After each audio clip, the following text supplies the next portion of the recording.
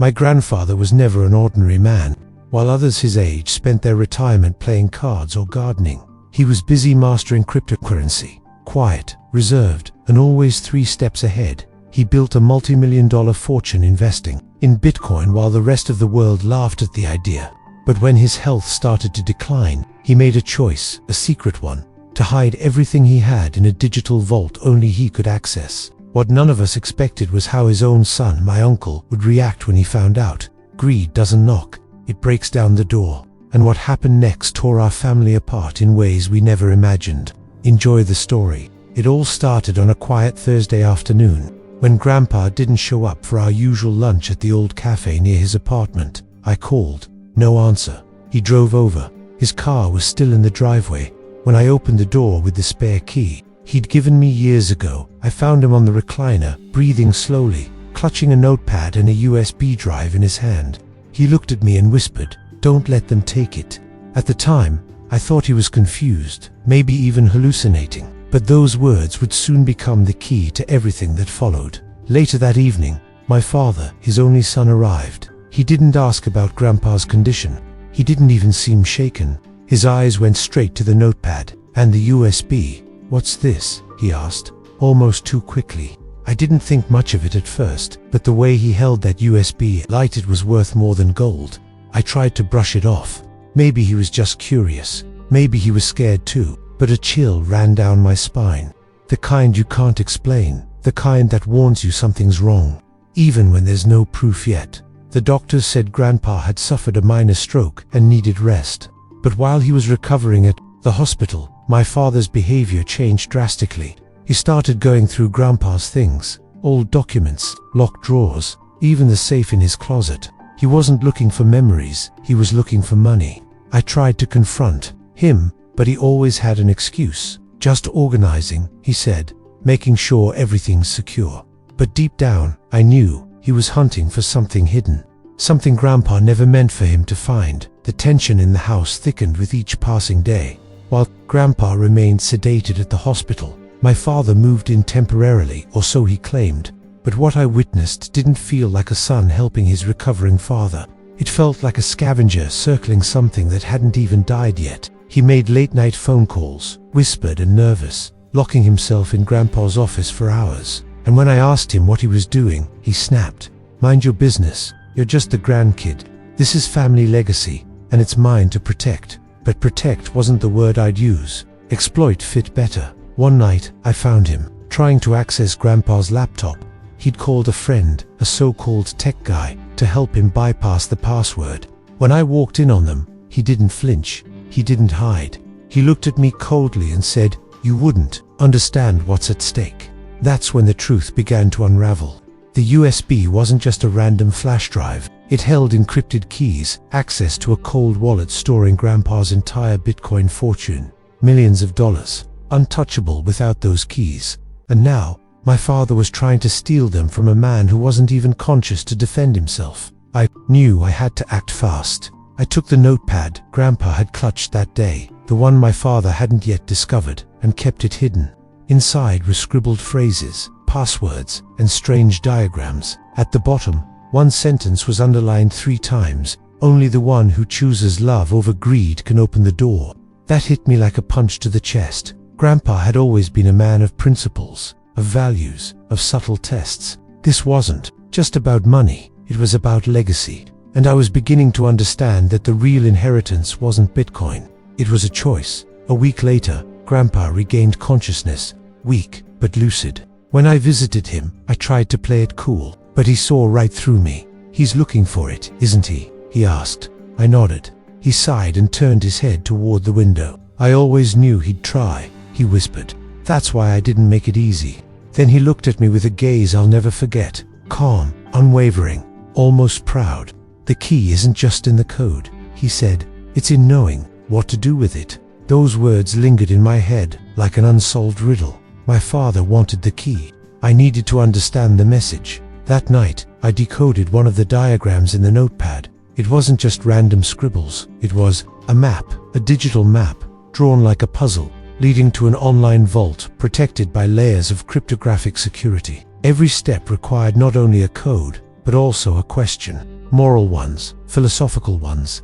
Like Grandpa had programmed a psychological maze to test the person chasing his treasure. And it made sense. He didn't just want someone smart to access it, he wanted someone worthy. Someone who wouldn't trade character for coins. My father would fail before even reaching the second layer. Meanwhile, my father grew desperate. He began confronting me openly, accusing me of hiding something. He promised me everything, he growled.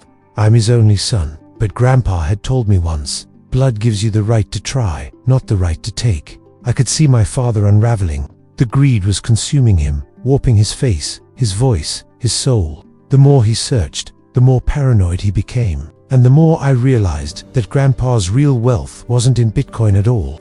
It was in the fire he was lighting in me, to stand, to protect, and maybe to earn what couldn't be stolen. Then came the night everything shifted.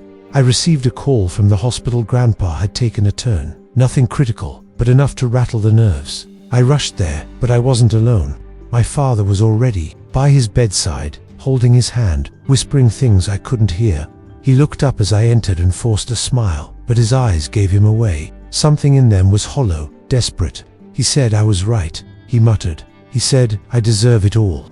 But Grandpa, barely able to speak, turned his head toward me. His lips moved. One word, lies, and that was enough. I knew then that the real battle wasn't about inheritance. It was about honor. Back home, I opened the USB again and followed the next sequence from the notebook. A message appeared on the screen. To take without asking is theft. To demand without giving is betrayal. But to guard what isn't yours, that's trust. That phrase unlocked the second layer. Inside was a video, a private recording of Grandpa sitting in that very chair, months before he fell ill. In the video, he spoke directly to the camera. If you're watching this, it means I'm gone, or nearly there. I didn't build this fortune to spoil anyone. I built it to protect what matters. And what matters isn't in the wallet. It's in the will. My heart stopped. There was more to this story. The will. That word echoed through my bones. My father hadn't mentioned it once. Maybe because he thought he didn't need it, that access to the Bitcoin wallet would override any legal document. But Grandpa was clever, always 10 steps ahead. The next morning, I contacted Grandpa's attorney, and that's when the final piece of the puzzle began to reveal itself. The will hadn't just been written, it had been updated recently. And that update, it changed everything. Not just about who would inherit the fortune, but how they'd have to prove they deserved it. The race for the money was over. The test of character had begun. When I arrived at the lawyer's office, I wasn't sure what to expect. But the moment he saw me, he opened a drawer and pulled out an envelope with my name on it. He left this for you, he said. Said you'd come. I opened it slowly. Inside was a letter, written in Grandpa's meticulous handwriting, and a small metallic key. The letter read, "If you're reading this, then your heart guided you better than your bloodline. This key isn't for a box, it's for a decision. You'll know what to do when the time comes. And when you do, don't look back." My hands trembled. My father wasn't mentioned once, not by name, not even by title. The lawyer explained that Grandpa had structured a conditional trust. The Bitcoin holdings would not go directly to any heir. Instead, they would be locked behind a legal and ethical framework, one that would require the executor to evaluate character over claims. And Grandpa had named me executor. I was stunned, speechless. This wasn't just a gift, it was a responsibility. Your grandfather didn't believe in passing down money, the lawyer added. He believed in passing down values. He believed you were the only one who'd understand the difference. I left the office carrying more than a legal burden. I carried a legacy. But telling my father wasn't an option. Not yet. Not while his eyes still burned with hunger. He had started acting more erratic, speaking about debts, selling items from Grandpa's house, even attempting to convince the hospital to release Grandpa into his care. The mask had fallen. He wasn't pretending anymore. He was ready to tear down everything for a fortune he didn't even understand. One night, I caught him screaming into the void of Grandpa's office, cursing the USB drive, slamming the laptop. "Shut! It's mine. It was always supposed to be mine," he yelled. And in that moment, I saw not a man, but a prisoner of his own greed. Days later, Grandpa was stable enough to return home, but under medical supervision. I insisted on bringing him to my place, instead of letting him go back to his house, which by then had become a battlefield of secrets and suspicion. My father protested, of course, claiming that Grandpa would be more comfortable under his care. But when Grandpa looked him in the eye and said, "I'd rather sleep on the floor in peace than on a throne of lies," there was nothing left to argue. The truth, now spoken aloud, was a line drawn in stone, and from that moment on, everything began to unravel for my father. That same night, while Grandpa rested in the guest room, I sat with the notepad again. It contained one final clue, a sequence of letters that matched neither words nor passwords. But when entered into the vault interface on the USB, it triggered the last phase. A message popped up. The one who protects what he could have stolen has already proven everything. Then, just like that, the cold wallet unlocked. And there, it was the full amount. Bitcoin, untouched, untamed, a digital treasure worth millions.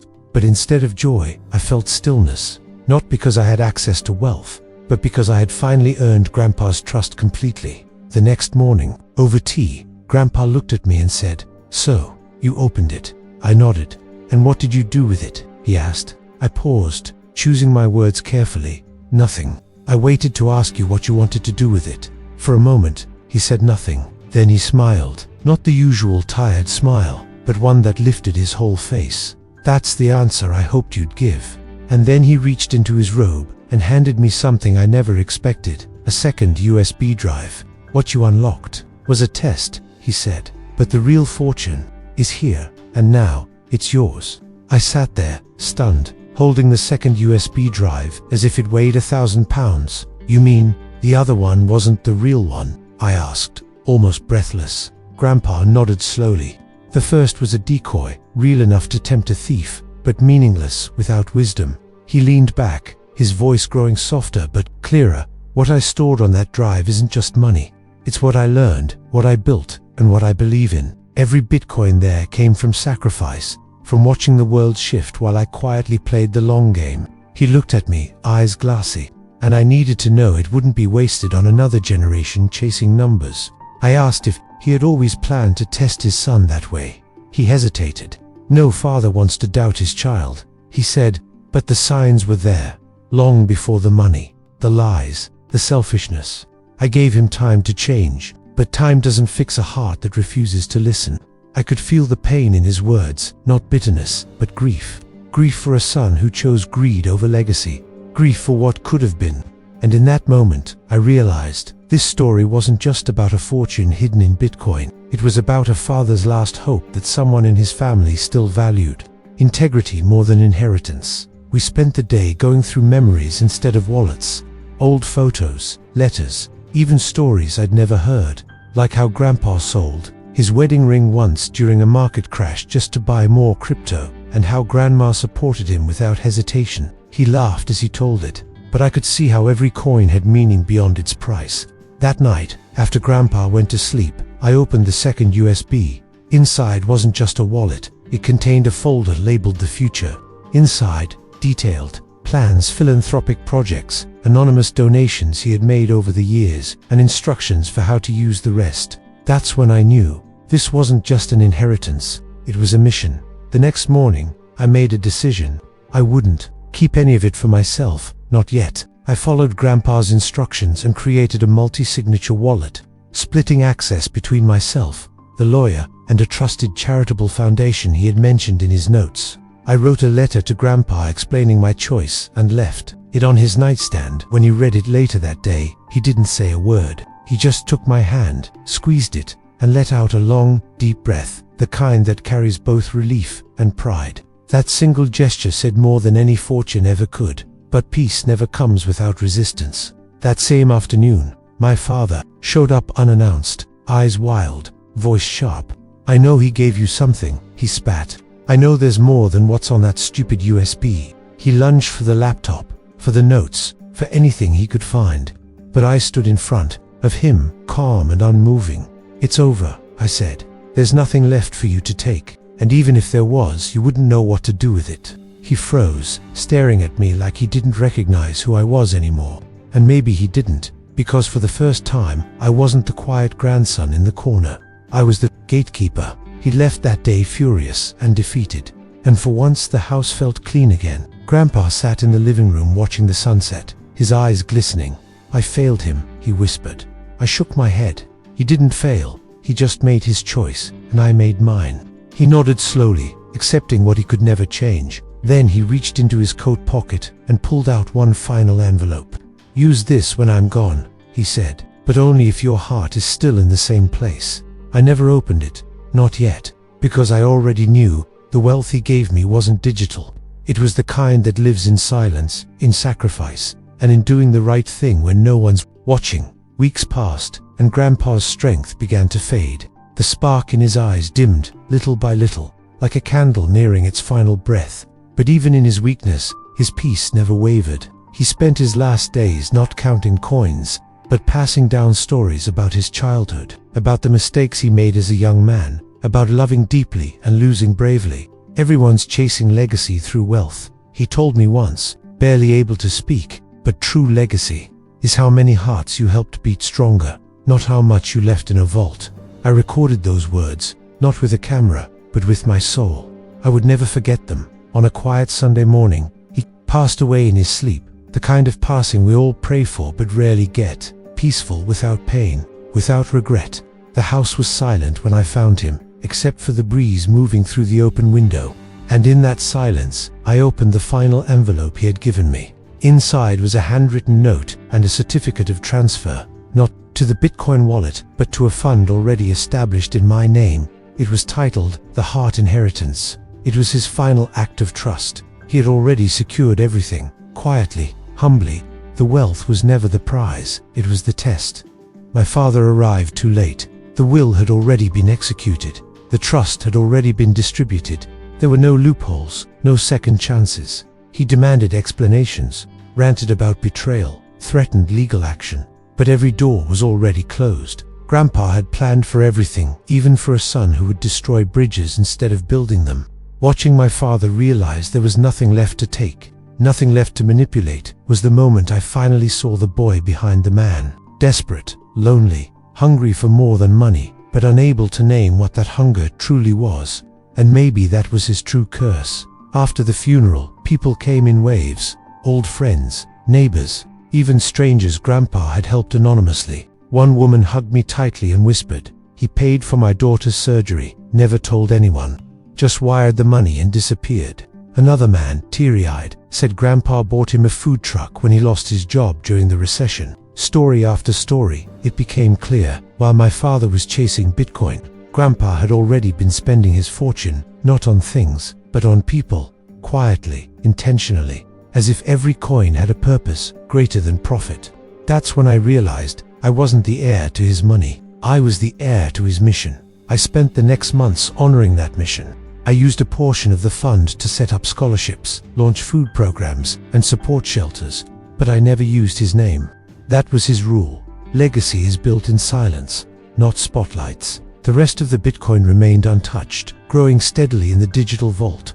It wasn't about greed or timing the market anymore. It was about stewardship, responsibility, and every time I logged in to check the wallet, not to spend it but to protect it, I could almost hear Grandpa's voice reminding me, "You don't own the blessing, you carry it for others." Meanwhile, my father drifted. He moved away, chasing another get-rich scheme, jumping from one hollow investment to the next. He stopped calling, and while a part of me wanted to reach out, another part knew he had chosen his path long ago. Sometimes love is letting go of the one who refuses to return to themselves.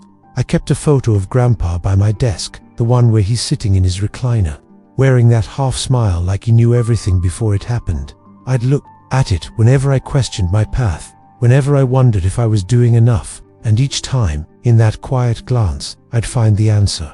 Keep going. As the years passed, the story of my grandfather's hidden Bitcoin fortune faded into the background, not because it lost its value, but because the meaning became louder than the money. The real currency he left behind was invisible: discipline, dignity, and discernment. Every time I received an email from a student who got a scholarship, or watched a single mother walk into a shelter we funded, I felt it. Not pride, not accomplishment, just alignment. As if the vault I had truly opened wasn't digital at all. It was inside me, waiting to be unlocked, not with passwords, but with purpose. One day, while going through old belongings in Grandpa's storage unit, I found something wrapped in cloth. It was an old ledger, not digital, but handwritten. Every page documented the people he had helped. Names, dates, amounts, but also their stories. Next to the numbers were notes like, "She needed dignity more than food today." And he reminded me of myself at 22, lost, but not hopeless. I sat there for hours reading, weeping, smiling. It was the most valuable account I had ever seen. That notebook wasn't for taxes, it was for testimony. Proof that the wealth of a man isn't in what he has, it's in what he gives away without expecting applause. I scanned every page and created a digital archive titled The Quiet Ledger. I didn't publish it. I didn't advertise it.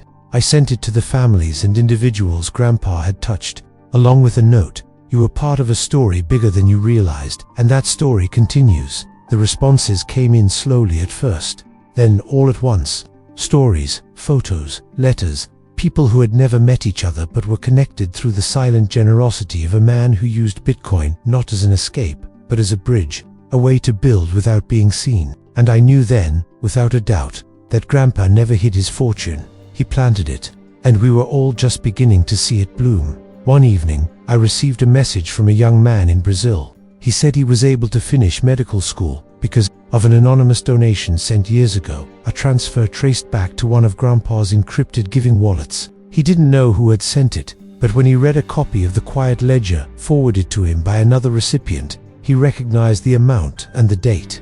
"Tell him thank you," he wrote, "even if he's gone. Because of him, I save lives now." I stared at that message for a long time. Grandpa had always believed in dominoes, small pushes with massive impact. And here it was, a man on the other side of the world, living out Grandpa's legacy through healing. It was. Then I realized I needed to go even deeper. I wasn't just the guardian of Grandpa's fortune, I was the storyteller of his soul. I began working on a private documentary, piecing together old footage, voice memos, notes, and letters. I didn't want to sell it or win awards. I just wanted his great-grandchildren, and theirs after that, to know who he really was. Not the millionaire who hid money in Bitcoin, but the humble architect who built something far more valuable, a family culture of courage, compassion, and conviction. And through every frame, I narrated not just what he did, but why he did it. Because that's what we forget sometimes. Money tells the world what you want, but your story tells the world who you are. At the documentary's end, I included the video Grandpa had recorded for me, the one hidden inside the first USB. His final words were simple, but hauntingly beautiful. "If you're still watching, it means you chose love. Not once, but again and again." And that's all I ever prayed for. That one day, someone in this family would break the cycle. You did. Thank you. I didn't cry the first time I saw that clip. I cried the 10th. Because only then did I understand the weight of his words. He didn't leave Bitcoin behind to be found. He left it behind to find the one who was ready to carry his light. The more I walked in Grandpa's footsteps, the more I saw how intentional his silence had been.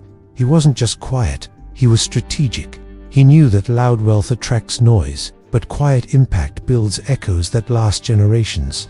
And as I stepped fully into the role he had prepared me for, I noticed how everything he taught me was layered. Every lesson was a parable, every gesture a blueprint. He didn't tell me what to do with the fortune. He taught me how to become the kind of man who wouldn't be undone by it. That was his genius, not coding wallets or investing early in Bitcoin, but coding people with values strong enough to hold what money alone can't carry. Years later, I still live in a modest home. I drive the same car. I eat at the same cafe where Grandpa used to meet me every Thursday. They even named a corner table after him.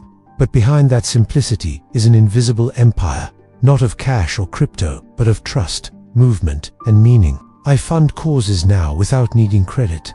I've mentored young entrepreneurs, taught classes anonymously, and quietly paid off strangers' debts.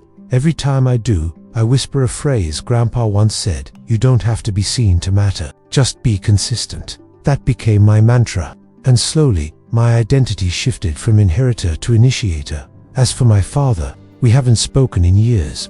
He disappeared into the kind of life Grandpa warned me about, chasing dreams, surrounding himself with people who only clapped when he had something to give. Occasionally, I hear whispers about him, bad investments, more lawsuits, another divorce. I grieve for him still, not because of what he lost, but because of what he refused to receive, the chance to be transformed. But I've made peace with that. Some people were born to inherit money, others were born to redeem a name. And while he tried to take everything, I ended up with something far greater, the responsibility to turn a secret fortune into a visible legacy of love. Sometimes, when the nights are quiet and the house is still, I sit by the fireplace with Grandpa's ledger in my hands. I trace his handwriting with my fingers, imagining the nights he spent alone, carefully recording each act of kindness.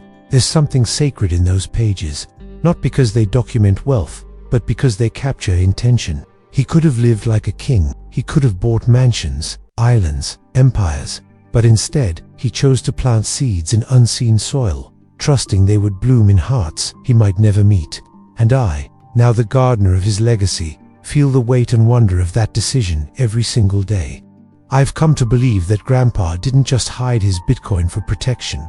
He hid it so the right person would have to grow to find it. He didn't want the wealth to go to someone ready. He wanted it to go to someone willing to wait, to listen, to hurt, and still choose grace. That's the kind of preparation no inheritance can skip. And I now see the brilliance in every obstacle he placed before me. They weren't traps, they were tests. Not to see if I was clever, but if I was good. Because, as Grandpa once wrote in the margins of his journal, wealth without character is just fire in the wrong hands. And now, years later, when people ask me about the Bitcoin, about the hidden millions, and the twist in the story, I smile gently and say, it wasn't about the money. They laugh sometimes, not understanding. But those who've lost, someone who've stood at the crossroads between greed and grace, they know, they nod, because they've learned, like I did, that the truest inheritance is never in the vault, it's in the values. And when you receive that kind of inheritance, it doesn't just change your life, it changes who you are. Grandpa didn't leave me rich, he left me whole. And in a world obsessed with fortune, that might just be the greatest treasure of all. Years have passed since Grandpa's final breath, but his presence still lives in every quiet decision I make. Not a day goes by that I don't hear his voice in the back of my mind, soft, calm, and unwavering. Whenever I'm faced with a choice that tests my values, it echoes, protect what matters, let go of what doesn't. And perhaps that's the truest legacy he left me. Not the Bitcoin, not the fund, not the files, but the compass. The internal North Star that doesn't point to profit or power, but to purpose.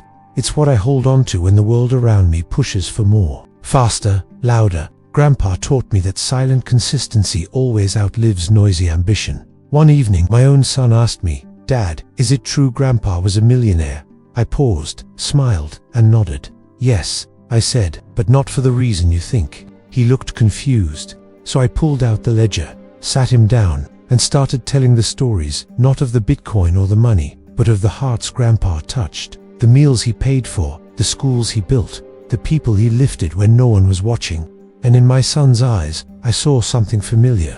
Wonder, respect, a quiet fire, the kind that can't be inherited, but must be ignited. That's when I knew the legacy wasn't just intact, it was expanding. So if you're hearing this story, maybe it's not just to entertain you, maybe it's your invitation. Because you don't need a millionaire grandfather or a secret Bitcoin wallet to live this kind of life. What you need is to make the hard choice to become the kind of person who carries legacy in your character, not just in your bank account.